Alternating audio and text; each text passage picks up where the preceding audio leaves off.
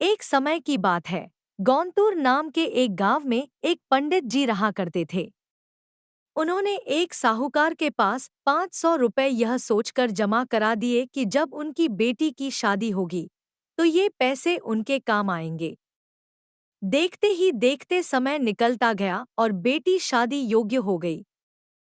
पंडित जी ने अपनी बेटी के लिए योग्य वर देखना शुरू कर दिया। उन्हें अपनी पुत्री के लिए एक लड़का पसंद भी आया, जिसके बाद पंडित जी साहूकार के पास अपने पैसे लेने गए।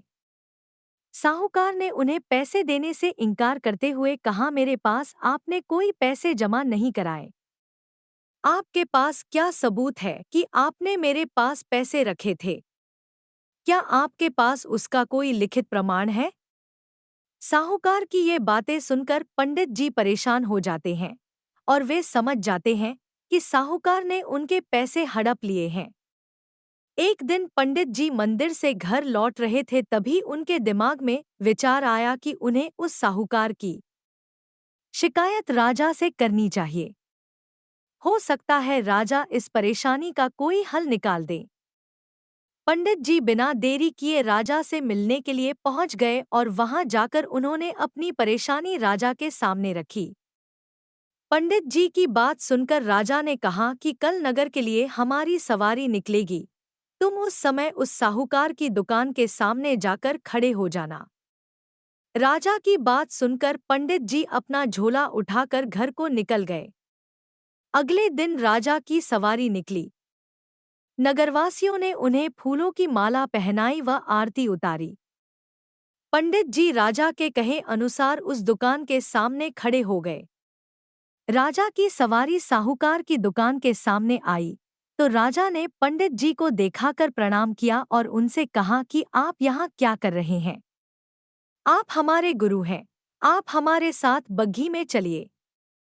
पंडित के बग्घी में बैठने के बाद साहूकार ने राजा की पूजा की और उन्हें फूलों की माला पहनाई।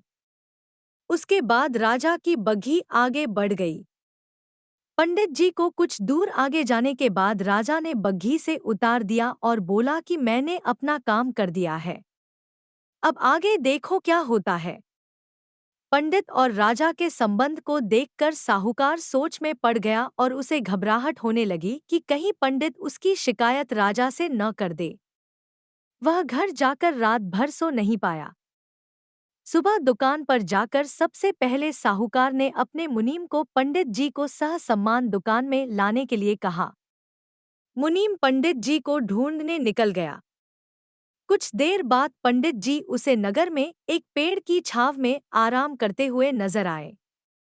मुनीम ने पंडित जी को कहा कि साहूकार ने उनको दुकान में लेकर आने के लिए भेजा है। मुनीम पंडित जी को सम्मान के साथ दुकान लेकर जाता है। साहूकार पंडित जी को आदर सम्मान के साथ बिठाते हुए कहता है, मैंने पुराने खाते की अच्छी तरह जांच की और उसमें आपने मुझे 500 रुपए दिए थे, इसकी जानकारी मिली है। यह पैसा पीछे 10 सालों से मेरे पास जमा है, जिस वजह से इसका ब्याज मिलाकर यह 12,500 रुपए हो गए हैं। फिर साहूकार उन्हें 13,500 रुपए देता हुए कहता है कि आपकी बेटी मेरी भी बेटी की तरह है, तो ये 1,000 रुपए मेरी तरफ से उसकी शादी के लिए हैं। साहूकार ने पंडित जी को 13,500 रुपए देकर बड़े ही प्रेम के साथ विदा किया। इस तरह पंडित जी को उनके अपने पैसों के साथ ही उसका ब्याज और शादी के लिए साहूकार की तरफ से 1,000 रुपए अतिरिक्त मिल गए। कहानी से सीख, अगर कोई किसी को परेशान कर रहा है तो उसके सामने गिड़गिड़ाने की बजाय ऐसे व्यक्ति से मदद मांगे जो इस समस्या से उसे निकाल सकता है।